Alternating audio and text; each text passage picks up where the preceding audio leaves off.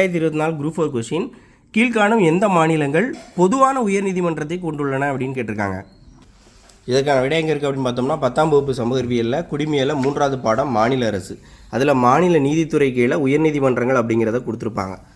1956ஆம் ஆண்டு 7வது சட்டத்திருத்தம் என்ன சொல்லுது அப்படின்னா 2 அல்லது அதற்கு மேற்பட்ட மாநிலங்கள் யூனியன் பிரதேசங்களுக்குன்னு ஒரு பொதுவாக உயர்நீதிமன்றத்தை நிறுவுறதுக்கு நாடாளுமன்றத்தை அதிகாரம் வழங்குது. எது 1956 7வது சட்டத்திருத்தம். அந்த சட்டத்திருத்தத்தின்படி தான் பஞ்சாப், ஹரியானா மற்றும் யூனியன் பிரதேசமான சண்டிகர் இது எல்லாத்துக்கும் சண்டிகரில் இருக்கக்கூடிய உயர்நீதிமன்றம் தான் பொது நீதிமன்றமாக இருக்குது. அதே மாதிரி கவுஹாத்தியில் உள்ள உயர்நீதிமன்றம் 4 வடகிழக்கு மாநிலங்களான அஸ்ஸாம், நாகாலாந்து, மிசோரம், அருணாச்சல பிரதேசம் இதுக்கு பொது நீதிமன்றமாக இருக்குது.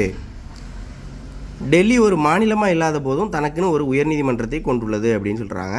அப்போது இதில் நம்ம பார்க்கும்போது பஞ்சாப், ஹரியானா இந்த 2 மாநிலங்களுக்கும் பொதுவாக சண்டிகரில் உயர்நீதிமன்றம் இருக்குது.